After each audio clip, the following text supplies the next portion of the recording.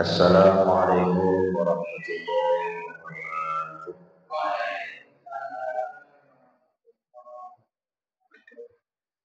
Jumhur warahmatullahi wabarakatuh. Sallallahu alaihi wasallam. Al-Fatihah.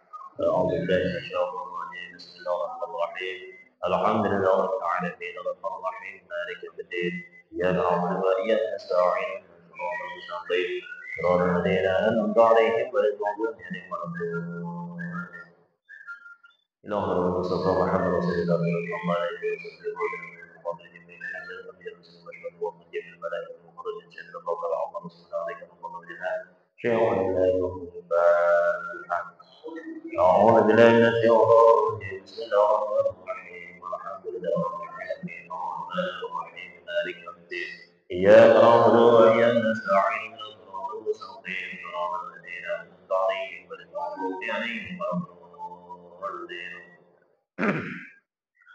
سبحان الله في جميع أولياء الله من مشارق الأرض إلى مغرب البلد ومن أولياء إلى شمال الأرض الجبل رضي الله عنه من الذي قال من أجل جبل جميع ولمن سعود من شيء من الذي به ولمن أوصى وأوصى برب المشيء أن الله يريد أن يؤمن وينقض بأسراره من عليه ومن في الدين والدين والأمن شيء لله من الفاتحة من الشيطان الرجيم بسم الله الرحمن الرحيم الحمد لله رب العالمين الرحمن الرحيم مالك يوم الدين إياك نعبد وإياك نستعين اهدنا الصراط المستقيم صراط الذين أنعمت عليهم غير المغضوب عليهم ولا الضالين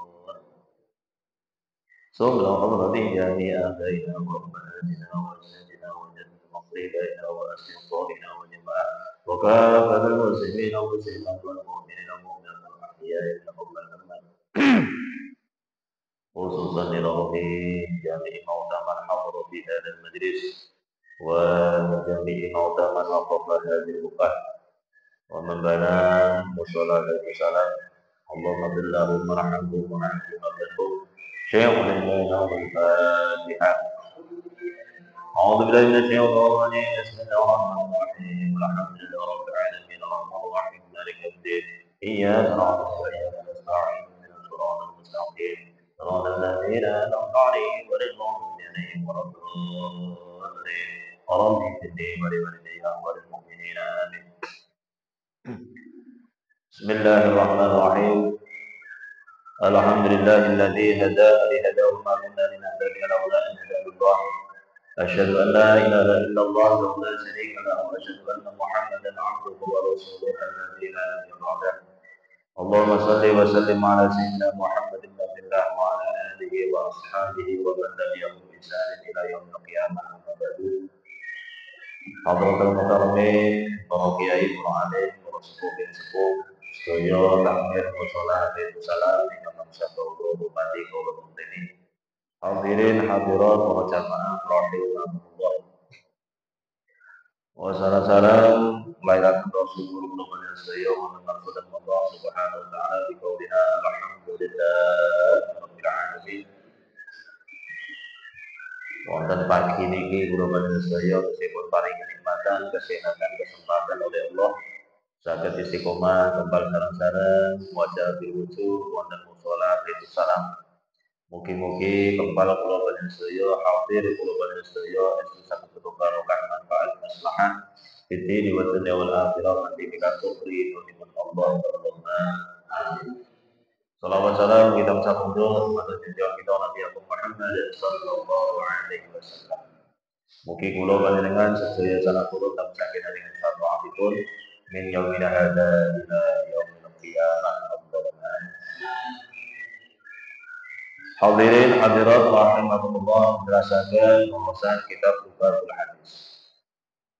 Enjang menika maos meneruskan bab fi fadilatit taubah. Ini menika menerangkan tentang keutamaanipun taubat. At-taubatu hiya ar-ruju' amma kana madmuman fi syar'i ila ma huwa mahdudun fi syar'i. Yang namanya taubat ruju' amma kana madmuman fi syar'i, yaitu meninggalkan sesuatu yang dicela oleh syariat. Meninggalkan kemaksiatan, meninggalkan dosa. meninggalkan perbuatan-perbuatan yang kira-kira menurut syariat niku mboten sae. Ila ma huwa mahmudun fi syar'i. Ditinggalkan akhirnya dia berpaling menuju perkara yang di situ dipuji oleh syar'i. Jadi taubat itu intinya adalah kita meninggalkan perbuatan-perbuatan tercela untuk melakukan perbuatan-perbuatan yang terpuji menurut syariat. Qala Nabi sallallahu alaihi wasallam, at-taibu minadz dzambi, seseorang yang bertaubat dari dosanya, kaman la dzambalah, itu ibarat ataupun bagaikan seseorang yang tidak punya dosa. Ya sewu. Manusia dilahirkan oleh Allah niku bener yuladu alal fitrah. Entah anak siapa, entah dari keturunan siapa, baik itu dari keturunan orang-orang yang solih ataupun orang yang maksiat, yang namanya manusia dilahirkan oleh Allah, semuanya lahir yuladu alal fitrah. Kondisinya masih bersih murni tanpa ada dosa. Jadi nyuwun sewu, apabila ada seseorang anak bayi yang keluar, entah itu dari siapa, mbok menawi ada yang keluar di situ hasil zina, di situ hasil kemaksiatan, orang tuanya seperti ini kelakuannya, jangan sampai kita menghukumi bayi tersebut seperti halnya kelakuan orang tua. Semuanya adalah yuladu alal fitrah. Tapi bertambah dewasa, bertambah umur, bertambah usia, yang namanya manusia itu tidak luput dari dosa. Yang semula dilahirkan dalam kondisi bersih suci, tapi karena mungkin punya emosi, punya nafsu, punya angan-angan, dan juga punya segala-galanya ini, akhirnya manusia itu rentan sekali untuk melakukan perbuatan-perbuatan tercela. Tanpa terkecuali. Makanya kullu bani Adam khata'un, semua manusia itu tidak luput dari dosa. Semuanya tanpa terkecuali. Bahkan Nabi Adam pun dilahirkan oleh Allah di surga, itu terjadi kesalahan itu. Nah, ini menggambarkan global saya bahwasanya manusia itu tidak luput dari dosa. Tapi sebaik-baik manusia, wa khairul khata'in, sebaik-baik manusia yang berdosa adalah at-tawwabin, orang-orang yang mau bertaubat. Nah, di sini oleh Rasulullah SAW dikatakan at-taibu minadz dzambi, seseorang yang bertobat dari dosanya, kaman la dzambalah, maka ibarat orang tersebut sudah tidak punya dosa lagi. Ini keistimewaan. Innallaha yuhibbut tawwabina wa yuhibbul mutatahhirin. Allah itu mencintai hamba-hambanya yang bertaubat. Allah juga cinta orang-orang yang bersuci. Nah, saking cintanya Allah kepada orang-orang yang bertobat, di situ setiap orang yang bertobat oleh Allah, dosa-dosa yang telah lalu, andai kata kok tobatnya diterima oleh Allah, maka dosa yang diperbuat yang telah lalu dilupakan oleh Allah. Itu bedanya sifat rahmannya Allah dengan kita. Allah Ghafurur Rahim, Allah Maha Pemaaf. Setiap ada hamba yang melakukan taubat, maka ketika Allah menerima taubat orang tersebut, begitu juga Allah akan melupakan ataupun menghapus kesalahan yang telah dilakukan. Beda dengan manusia. Kita punya dosa sesama manusia. Punya kesalahan sesama manusia. Terus kita minta maaf, ibarat kita bertobat dari kesalahan tersebut, akhirnya kita ikrar minta maaf kepada orang yang kita salahi. Ketika dia mau mengampuni atau memaafkan kita, belum tentu orang tersebut melupakan kesalahan yang telah kita perbuat. Maka bedanya itu, Allah Ghafurur Rahim. Ketika ada manusia yang bertobat kepada Allah, di saat Allah menerima tobatnya, maka di saat itu pula Allah melupakan dosa-dosa perbuatan yang telah dia perbuat. Illa man taba wa amina wa amila shalihan fa ulaika yubaddilullahu sayyi'atihimul hasanat. Surat Al-Furqan. Illa man taba, kecuali orang-orang yang bertobat, wa amina, dan dia beriman, wa amila amalan sholihah, terus dia mau beramal dengan amal yang soleh. Seseorang yang bertobat melakukan perbuatan-perbuatan yang tercela, akhirnya dia tobat, terus berpindah untuk wa amila amalan sholihah, faulaika, maka orang-orang tersebut yubaddilullahu, oleh Allah digantikan sayyi'atihimul hasanat, amal-amal kejelekannya dicatat menjadi amal kebaikan. Oh ini. Jadi orang-orang yang tobat itu lebih dicintai oleh Allah. Bahkan ada makalah ingkang dawakan Rasulullah dikatakan tarkul dzunub khairun minat ta'ah. Yang namanya meninggalkan dosa ataupun bertobat itu lebih utama, lebih baik daripada ibadah. Tarkul dzunub khairun ay aula minat ta'ah.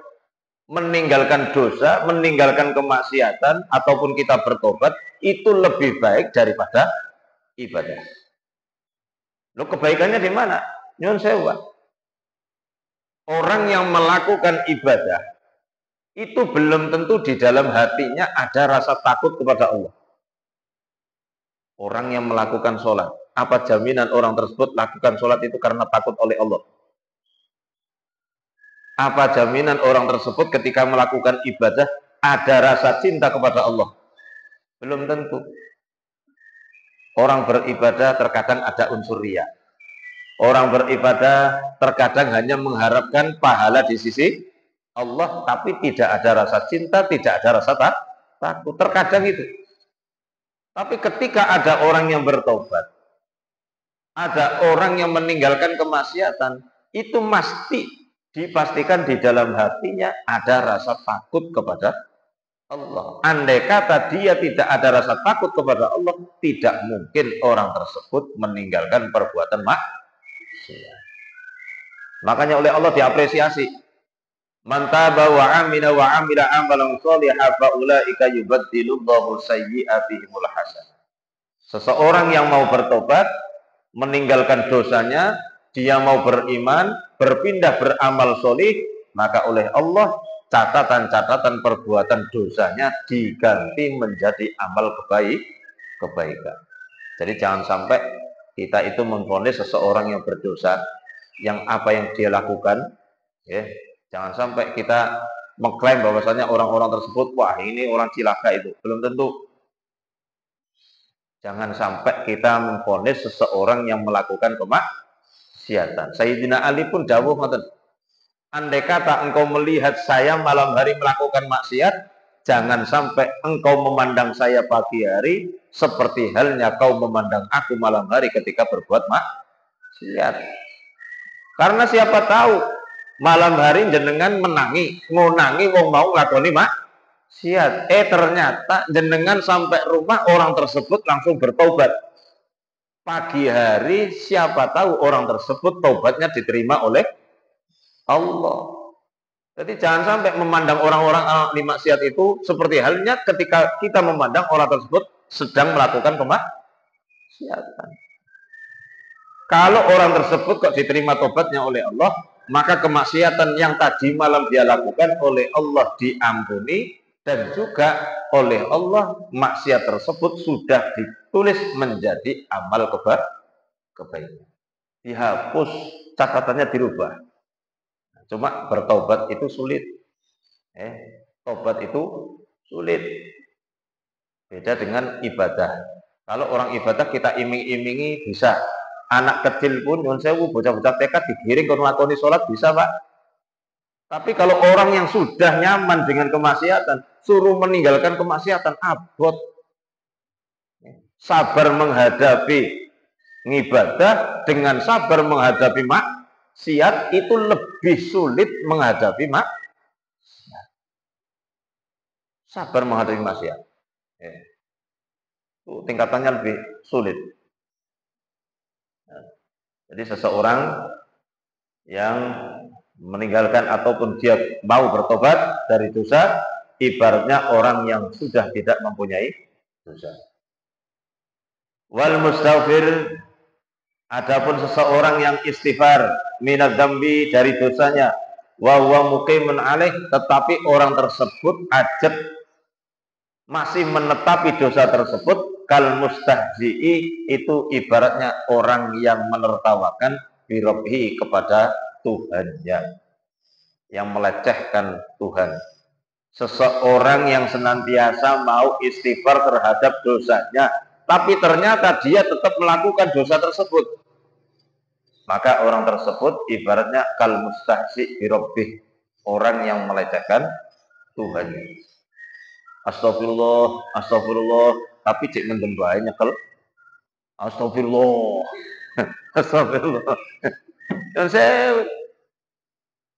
maka seharusnya ketika dia bertobat, ketika mengucapkan astagfirullah, ya tinggalkan tempat tersebut. Orang kok kondangan urgen tunggal sing nyanyi dilalah kok ternyata ngombar aurat, astagfirullah, astagfirullah. Nyaman di situ.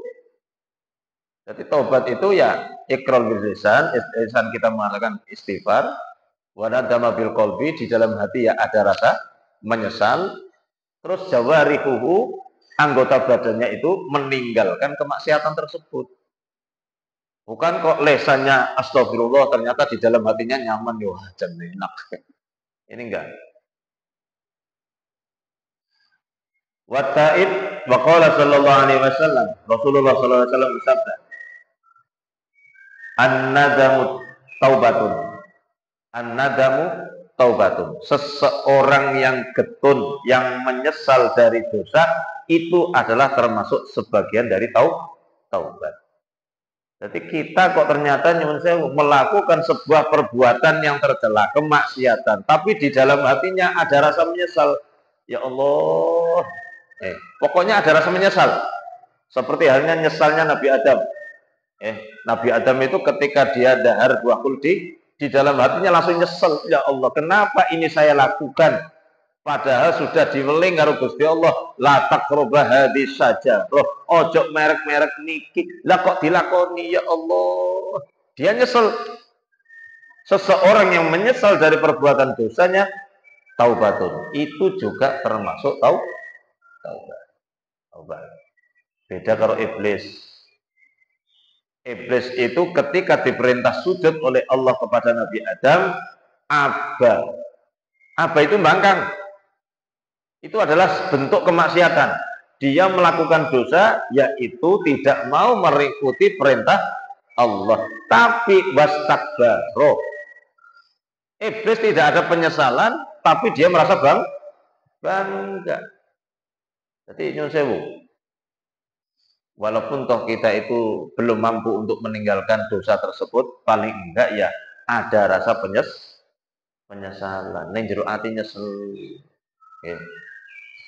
Suatu ketika Nabiullah Musa alaihissalam niki didhawuhi karo Gusti Allah, "Ya Musa, ada hambaku, ada kekasihku yang mati di kampung A, di kampung itu.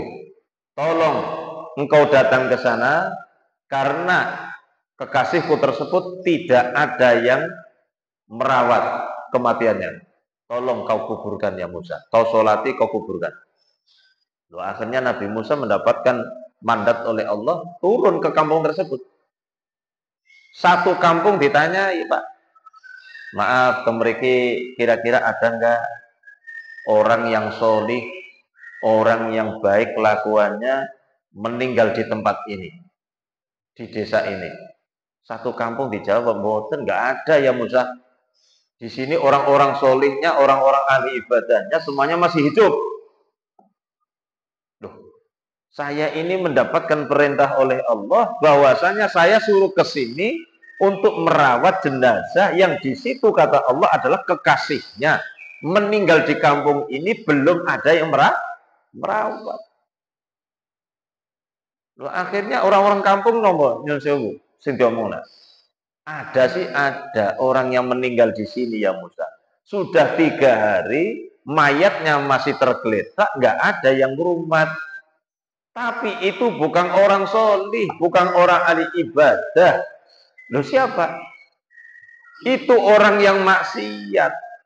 Semuanya tahu apa yang dia lakukan. Pendamelannya tiap hari ngelakoni maksiat terus. Makanya oleh orang-orang dikatakan itu adalah sampah masyarakat. Karena sampah masyarakat ketika dia meninggal maka dibuang di tempat sampah sana. Nggak ada yang rumah. Akhirnya Nabi Musa bingung. Ini gimana Gusti Allah ya? Saya suruh ke sini untuk merawat jenazah yang katanya adalah kekasih Allah. Tapi nyatanya di sini ada orang yang meninggal, belum ada yang merumat, itu adalah orang yang ahli maksiat. Ini yang benar yang mana?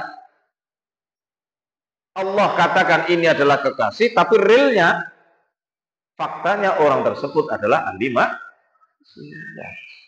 Loh, akhirnya malaikat Jibril mudun malih matur ya Musa, benar apa yang dikatakan oleh kaum-kaumnya tersebut, warga tersebut, bahwasanya orang ini adalah orang yang ahli maksiat. Cuma ketika menjelang ajalnya, dia itu ana rasa penyesalan. Di dalam hatinya getun. Ya Allah, saya itu hidup, sebenarnya saya juga ingin melakukan ibadah.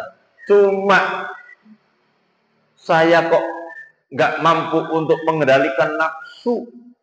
Nafsu saya itu lebih besar, akhirnya saya itu mendirikan kemaksiatan. Nyesel di dalam hati, ya Allah, kenapa saya kok nurutin nafsu? Padahal saya itu jadi nggih remen nglakoni ibadah. Tapi karena nafsu saya itu terlalu besar, saya nggak mampu mengendalikan, akhirnya saya berbuat maksiat.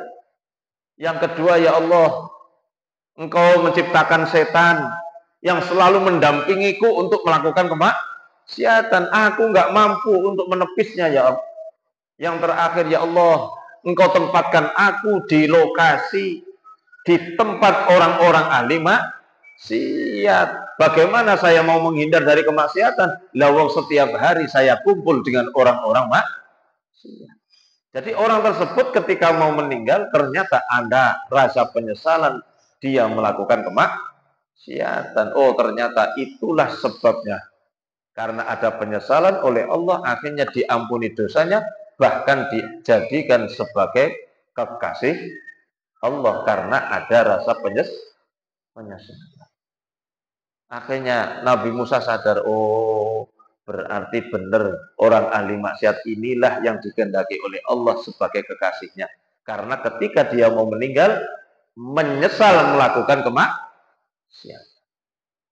Ya Rasulullah dikatakan itu an-nadamu atau batu.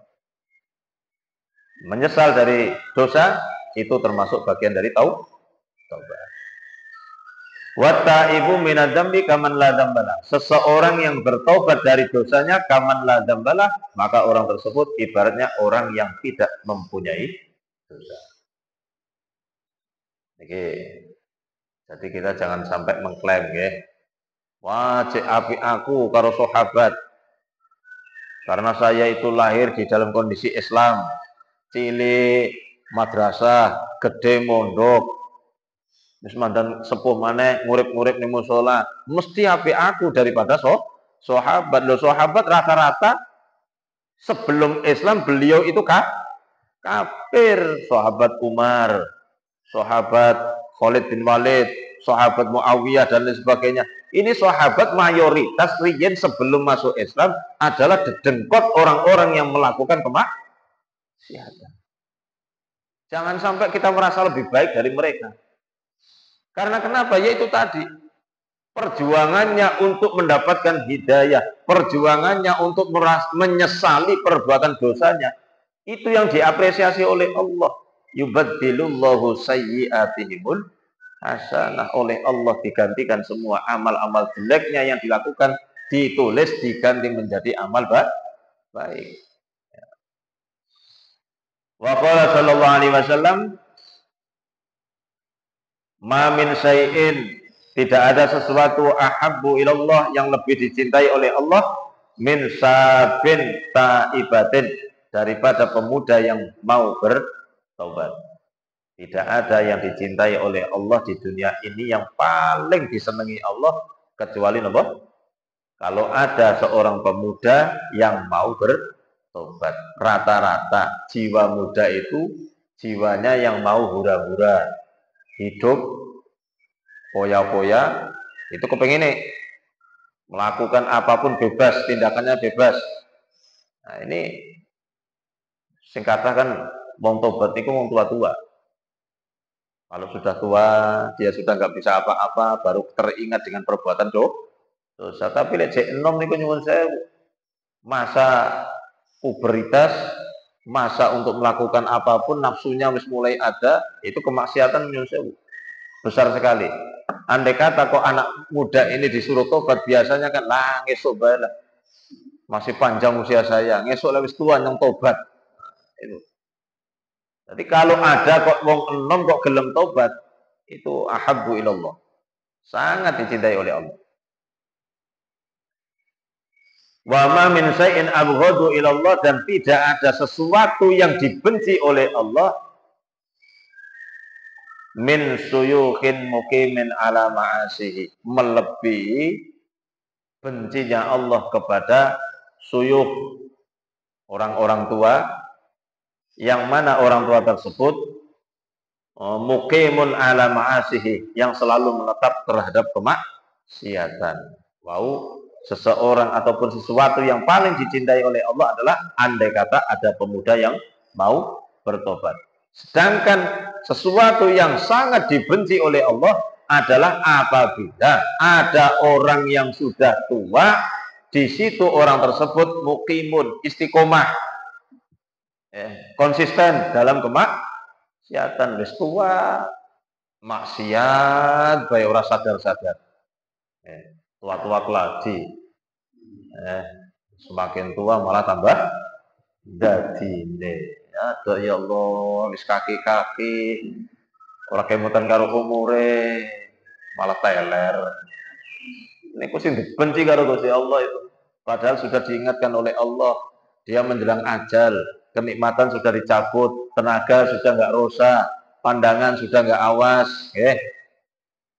Ini sudah dicabut, sudah diperingatkan oleh Allah, berarti wis perek karo pacule. Ibarat ini perek pacule. Lah kok tetap nglakoni maksiat mawon, ya naudzubillah min dzalik.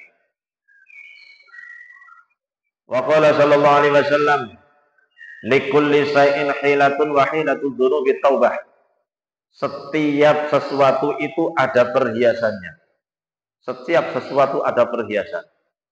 Ada sesuatu yang indah di tempat tersebut. Nah, perhiasan dari dosa adalah taubat. Jadi, nyun sewu. Kalau ada seseorang yang lakoni maksiat, kok dia mau bertobat, itu adalah sesuatu yang indah.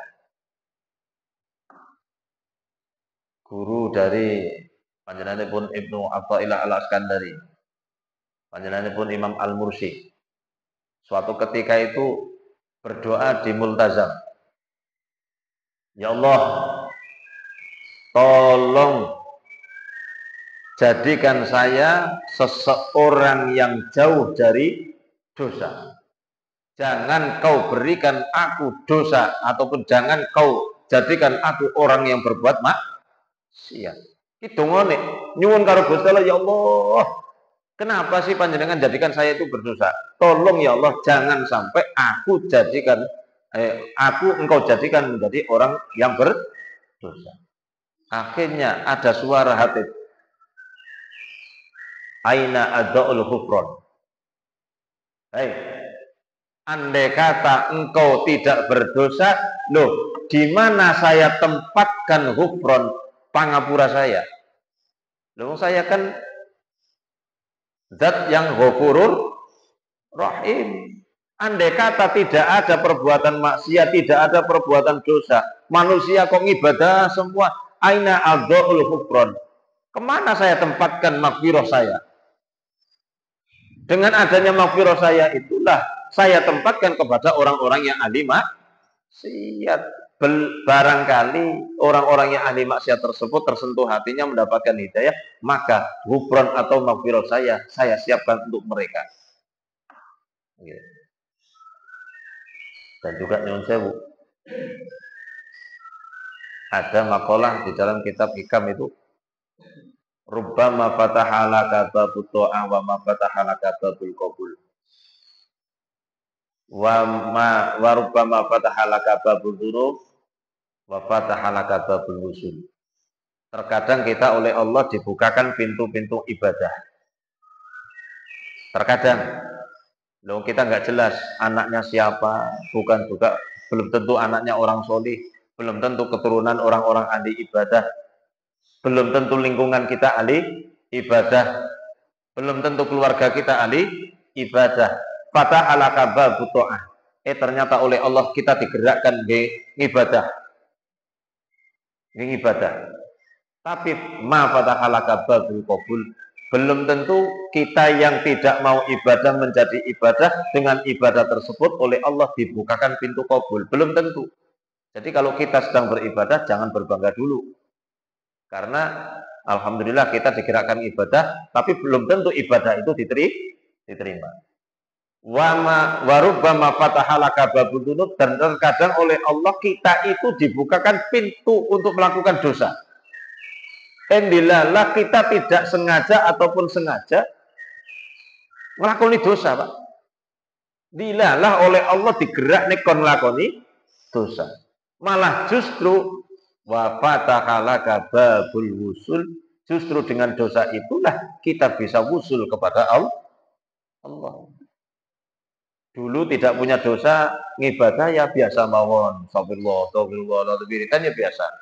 Tapi ketika kita punya dosa, merasa punya dosa, la ilaha illallah, ingin delalak nyong lakoni ini, akhirnya dengan itu menjadi wasilah kita bisa mendekatkan diri kepada Allah. Karena terus terngiang-ngiang, terus terkenang dengan dosanya, orang tersebut akhirnya malah tambah dekat dengan Allah.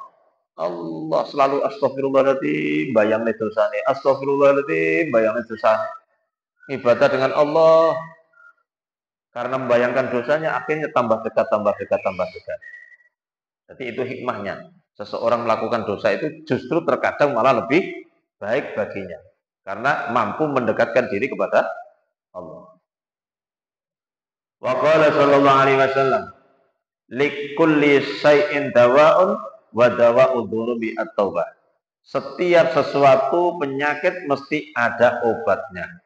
Loh, penyakit dosa itu obatnya adalah taubat. Dosa itu penyakit hati, Pak. Hati itu bersih. Ya. Yang menyakiti hati menjadikan nuqtah, menjadikan hati itu semakin gelap, semakin kotor, itu adalah dosa. Nah, untuk membersihkannya, untuk mengobati hati tersebut adalah dengan cara bertaubat. Jadi taubat itu adalah obat dari dosa. Wa qala sallallahu alaihi wasallam, at-taubatu tahdimul haubah. At-taubatu tawi taubat tahdimu iku ngrubahaken al-haubatu ing dosa. Jadi taubat itu mampu untuk merontokkan ataupun merusak dari dosa. Dosa ibaratnya sebuah bangunan, dengan cara kita bertobat, bangunan tersebut bisa roboh. Wa qala sallallahu alaihi wasallam, tubu ilallah fa inni atubu ilaih kulla yaumin mi'ata marrah.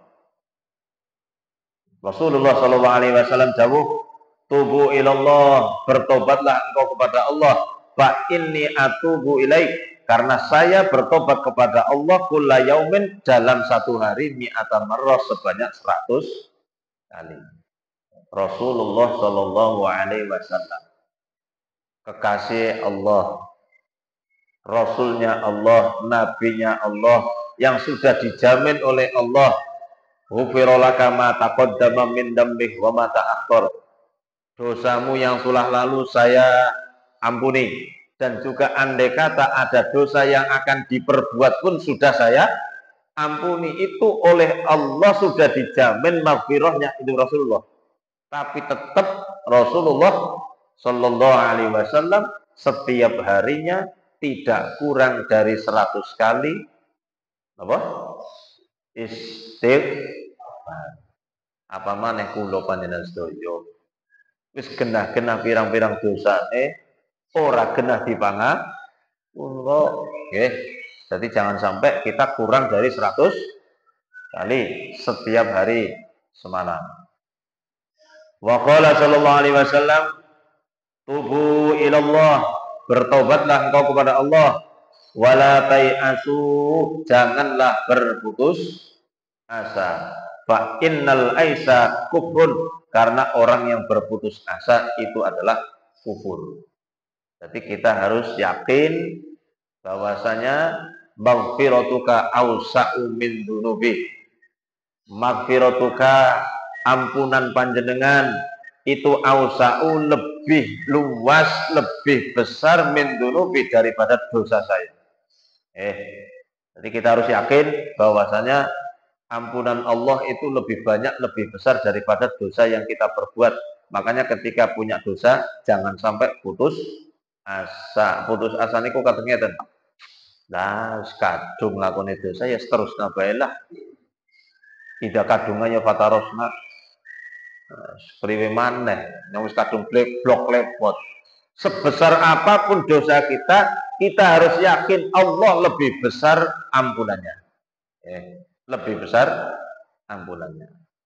Lah wong kae kon ahli maksiat itu klaim manusia. Manusia itu tidak berhak untuk menghukumi. Sebesar apapun dosa manusia, manusia tidak berhak untuk menghukumi. Rasulullah SAW pun juga didhawuhi karo Gusti Allah.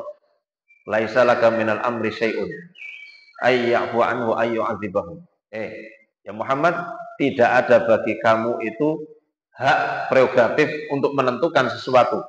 Entah itu orang tersebut akan kamu ampuni, entah itu orang tersebut akan engkau siksa. Jadi seseorang yang melakukan kemaksiatan, Rasulullah pun itu tidak berhak untuk menghukum, apalagi kita. Jadi kalau ada orang yang berbuat maksiat, jangan sampai kita menghukum, mengklaim orang tersebut langsung penghuni neraka. Wes kita ora bakal dipangapura karo Gusti Allah, jangan sampai. Tetap innallaha ghafurur rahim. Andai kata Allah berhak mengampuni ya monggo, andai kata Allah berhak menyiksa ya monggo. Itu urusane Gusti Allah. Wa qala sallallahu alaihi wasallam, ajjilu bit-taubah qabla al-maut. Ajjilu, segeralah bit-taubati, dengan melakukan taubat qoblal mauti, sebelum datangnya kematian. Jadi mumpung kita masih diberi kehidupan, maka gunakanlah hidup ini untuk melakukan taubat. Jangan sampai taubat setelah mati. Karena taubat setelah mati itu tidak diterima. Walaisatit taubatu lil ladzina ya'maluna su'a hatta idza hadaratukumul mautu faqala tubtul ana. Jadi taubat itu bukan kok orang tersebut melakukan kemaksiatan bosok wis mati baru mengatakan tubtul ana, aku saiki tobat, aku saiki tobat. Niku pun sudah waktunya sudah selesai, tidak akan diterima tobatnya seseorang yang mati dia belum bertobat. Selama masih hidup diberikan nyawa, malam yughorgir, sebelum nyawa itu sampai gorokan, tetap kita diberi kesempatan oleh Allah untuk bertobat.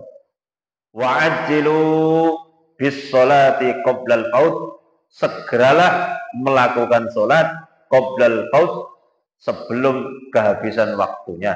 Ini dawuh menjadi apa nih, satu paket. Ajjilu bit taubati qoblal maut wa ajjilu bis sholati qoblal faut, sebelum waktunya habis maka segerakan melakukan sholat. Wa qala sallallahu alaihi wasallam, tubu ila rabbikum qabla an tamutu. Tubuh, taubatlah engkau semua ila rabbikum, kepada Tuhanmu, qabla an tamutu, sebelum engkau mati semua. Jadi di sini hadis Rasulullah mengharapkan kula panjenengan untuk bertobat selama masih diberi kehidupan. Jangan sampai kita merasa bosan-bosan untuk tobat. Bola-bali maksiat tobat, maksiat tobat, maksiat maneh tobat maneh, maksiat tobat maneh nih.